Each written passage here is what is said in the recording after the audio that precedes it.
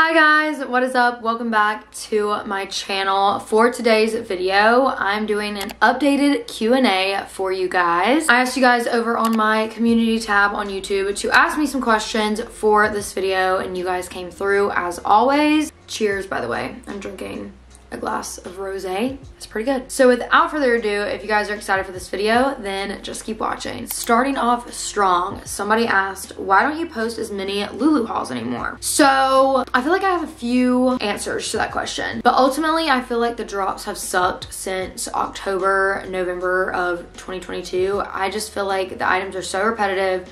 There hasn't been like a ton of new colors that I'm interested in. And I don't know, I just feel like it's been so boring. So that's like my main answer. Also, second answer to that question is my Lululemon closet is so full, and I feel like I'm just done like buying unnecessary items at this point. I cleaned it out a few months ago. I still need to post those items on Poshmark, but I literally cleaned it out and I had 3 full trash bags worth of items, and my closet is still full. So I really don't have that much room for everything. And number 3 is I was posting Lulu hauls so often that people were complaining, but I feel like some of my subscribers really enjoyed them and loved it. But then there were a lot of people that were like, we want to see vlogs, we want to see other hauls, we want to see other content. And so then I started catering more towards that and slowed down on the Lulu hauls. And then I feel like now it's like, why aren't you doing Lulu hauls anymore? And it's like, I can't please everybody. And so it's something that I've kind of been dealing with, balancing. Like, I don't want my channel to just consist of Lululemon hauls. But since that is what I'm known for, and I feel like a big chunk of my subscribers come from my Lululemon hauls, I don't want to completely get rid of them. And I love Lulu. I am so passionate about them, and I have so many items from them. I literally wear them every day, so it's not like I'm ever going to stop doing them.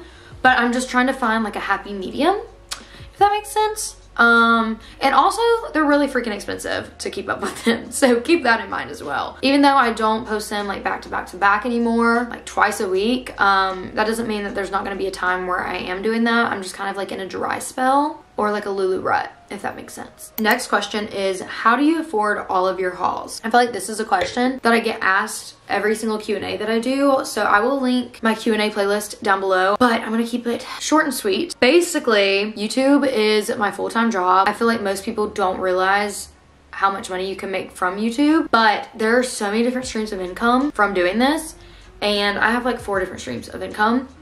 And so I'm really blessed and fortunate to have this as my full-time job. So basically, YouTube is how I afford my hauls. And I look at it as almost like a business expense. Like, I may spend a lot of money shopping, but for the most part, I'm making it back by doing these videos, you know? And also, I've been really transparent with money literally ever since the get-go. Like, I'm always honest with you guys about my money situation.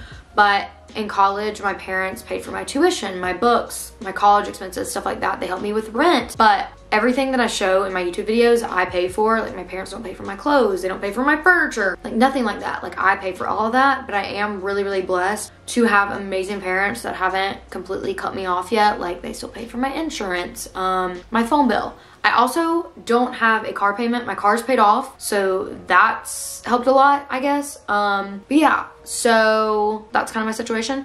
But with that being said, it's also not like my mom and dad are paying for all my designer items, my Lululemon. They don't ever buy me Lululemon. They don't ever buy me designer items unless it's like for a birthday or something, you know? So I don't know. I feel like I get comments all the time, which is understandable, but I feel like I get comments all the time like, how do you afford this? You're in debt, mommy and daddy's money, and none of those are true.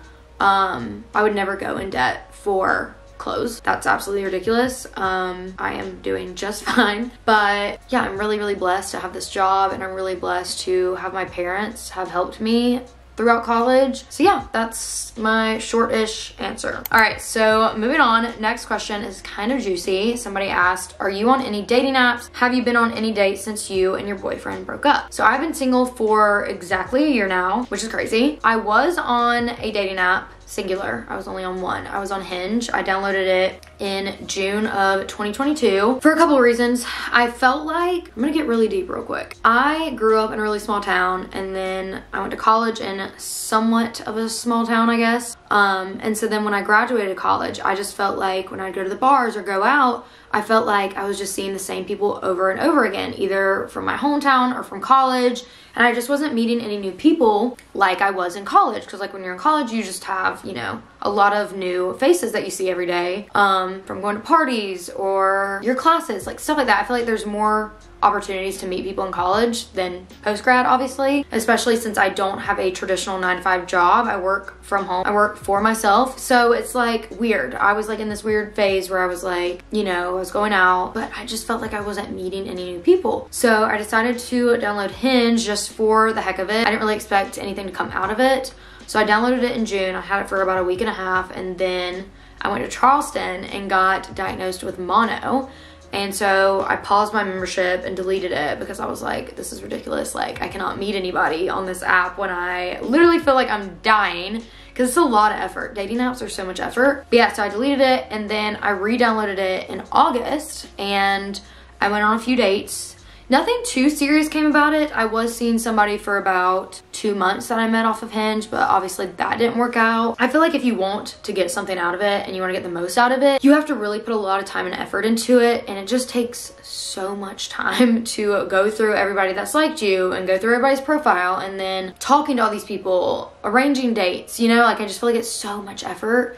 And ultimately, it wasn't worth it for me, so I do not have it anymore. I'm not on any dating apps. But I will say I'm super, super glad that I was on it for that short period of time, because it not only helped me learn a lot about myself and what I want in a future relationship, a future partner, but it also helped me learn how to navigate relationships and like meet new people and see that there are other people out there, because I was kind of like in this weird phase where I just felt like I wasn't going to meet anybody since I was post-grad and I don't have a traditional job right now. It was just super weird. So I am grateful that I downloaded it, but there are a lot of weird people out there on that app. And then second, it just takes so much time and so much effort. And for me personally, I'm just kind of over it. Like, I feel like I've met some great people organically, in random ways. And I feel like my relationships came out better from that rather than a dating app. But that's not to say that you can't meet your future husband on Hinge or a dating app. Like, I'm not saying that at all. I know a lot of people that have done that.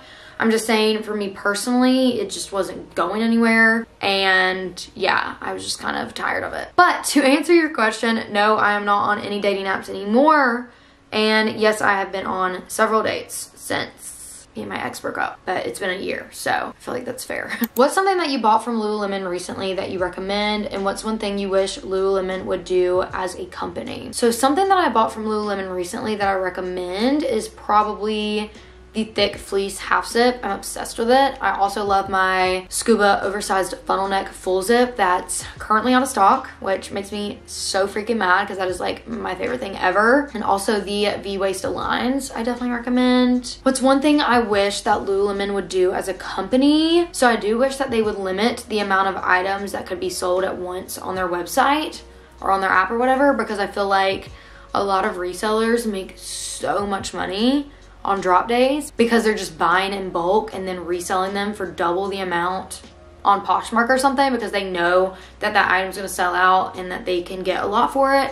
I do wish they would put like a limit on that kind of stuff, but yeah, I guess that's like the first thing to come to my head. I don't know, it's pretty random. Okay, next question is, what are your most unexpected and most disappointing purchases recently? And then she also asked, how are you feeling? How is your PCOS? Can't wait to watch the video, Queen. Oh my God, I love you. You're so sweet. My most unexpected purchase was definitely my Chanel bag that I bought back in December. If you guys didn't see that video, I'll have it linked down below, but basically my parents helped me out for Christmas and I was able to get my dream bag. But like I said in that video, I literally paid for like 70 to 75% of the bag. But that was definitely really unexpected. Like, it happened so fast, but I love it and I don't regret it. So that was definitely my most unexpected recently. I don't know if I necessarily have any like disappointing purchases as of recently. The only thing that comes to mind, this was kind of recent, it was back in August. I bought the AirPod Pro Maxes or whatever, and I feel like I've only used them when I'm traveling by airplane. Any other time I just don't use them, so I feel like that's kind of a disappointing purchase. I thought I would use them more, but I feel like they're really great. But I feel like for the price, I don't know if they're worth it for me. But yeah, that's like literally the only thing that comes to my mind right now. Other than that, I'm pretty happy with the purchases that I've made recently. How are you feeling? How's your PCOS? I'm feeling great. My PCOS is doing pretty good. I just got blood work done like last week or 2 weeks ago. So I'll get the results back shortly. Yeah, for the most part, I'm doing great and my PCOS is doing as good as it could. Like I said, I don't have like a severe case. Like I don't have the ovarian cyst, I don't think. I haven't been diagnosed with those. I just have the hormonal imbalances and I feel like it's doing really, really well right now, like the best it's ever been. How long have you been doing YouTube for? Does it relate to anything you majored in college? I don't know the exact year that I started doing YouTube. I want to say it was 2017, but I'll put the exact date on the screen. I want to say it was like February of 2017. So I've been doing it for a while, like 6 years. And it does relate to my major in college because I majored in business administration. My concentration was in management and my minor was in consumer apparel retail studies, which is fashion. So I feel like I'm basically running a business here for YouTube. I don't have any help. I don't have an editor. I don't have an agent. I don't have a management team. I don't have like anything like that. So basically I'm building this brand for myself by myself with no help. So yeah, I look at it as like, yeah, I'm running a business and I feel like my major did help me with that. And also I'm definitely going to be using my major in the future for future jobs because as much as I love YouTube and it's so fulfilling, I love it so much, I also see myself doing something else with this. I don't see this as like my full-time job forever. But with that being said, I'm not going to quit YouTube. Like I don't plan on quitting YouTube ever. Next question is, what do you do for work? This is my job right now, but I may have something coming very soon, maybe sooner than expected. Of course, I will tell you guys when that happens, but there is something in the works. I'll just say that. So random, but is your name Hannah or Tori? LOL, your IG says Tori, but your YouTube says Hannah. I feel like I get asked this question all the time, which is very fair because it's really complicated. People in college knew me as Hannah. I started my YouTube channel as Hannah. But my name is Tori. Technically, it's Hannah Victoria Vestal. And so my parents named me this because they loved the names Hannah and Victoria, but they wanted me to go by Tori. Like that was their name that they wanted me to be called all along. But Victoria Hannah didn't sound right to them. So they went with Hannah Victoria. So I go by a nickname from my middle name, if that makes sense. It's just like super complicated. But yeah, so my name is Tori, but I will answer to Hannah. I pretty much started my channel as Hannah Victoria because I was in high school when I started YouTube and I didn't want people from my high school like seeing my channel and like looking me up. So that's why I did it as Hannah Victoria instead of Tori Vestal. But yeah. Next question. How do you manage your life with school, work, workouts, and personal life? Any tips? So I'm not currently in school. I graduated in May. But workouts, personal life, my job, relationships, all that, I don't know. I have no idea. Especially when I was in school, it was so hard. I feel like I was going through so much during then, like mentally, and I look back at those times and I was not really, I mean, there was times where I was like really happy, but then there was also times where I was so stressed out and anxious that I wasn't, and I feel like my anxiety was stemming from all the stress and everything that I had going on in my life. Like I was trying to manage being a full-time student and a full-time job, and my relationship at the time, my family, making time for friends, and making time for working out and stuff. It was just a lot, but I don't know how I did it. I feel like just time management. I'm very organized, I'm very dedicated, and I'm a hard worker. I had to give up a little bit of my mental health, which I don't recommend, but I made it work. And now I'm doing a lot better because obviously I have a lot more time on my hands, but I'm still somehow always super busy. I don't know. But my tip would be time management and planning. For sure. And also don't fill your plate up too much. Focus on priorities, I guess. My priorities were school, obviously, number one, and my job, YouTube. And then there was also a time where I was in school doing YouTube and I had 2 other jobs. So that was really hard. But yeah, so school, work, and relationships, friendships were my top 3, I would say. And then was like working out and mental health and self-care and stuff, which I don't know if I'd recommend that, but those were just like my priorities at the time. My best friend Jordan asked, what's been one of your favorite memories you've made so far? What trips do you have planned coming up? What's your favorite thing about Pilates? Favorite perfume? Favorite memories I've made so far? Oh my gosh, I do not know. Any with my friends though. Also, when I went to Hawaii with my parents, that will always be like a core memory for me and something that I will literally cherish forever. I don't know, I feel like I have so many memories that I will forever cherish and I'm really grateful for. But yeah, trips that I have planned coming up. Sorry guys, my camera cut off. That just means I need to shut up and stop talking because I've been talking too much. But so I do have a trip planned coming up in like 2 weeks. I'm going back to my house in Wyoming. My parents are already there. So I'm flying out with one of my friends, I guess, to go stay with them. So that's gonna be so much fun. I'm like really looking forward to it. I'm gonna be there for a little bit. So I'm excited, and I'm excited to bring somebody with me this time because last time I just went alone, which is fine. Like I have my brother and my sister-in-law there and my parents are out there as well, but it is nice that I'm like gonna be with somebody. My favorite thing about Pilates is how much I enjoy it. Like I actually look forward to going to the classes and it just makes me feel so good. It's a low impact workout, which is really good for my PCOS. And yeah, it just, I don't know, I just feel so good. I feel like I'm not like killing myself or like torturing myself like I was with Orange Theory. Like I dreaded going to those classes because they were so hard and they actually were really bad for my PCOS, like really bad. If you look up high impact workouts with PCOS, it's just not a good mix. Like I did a lot of research on it.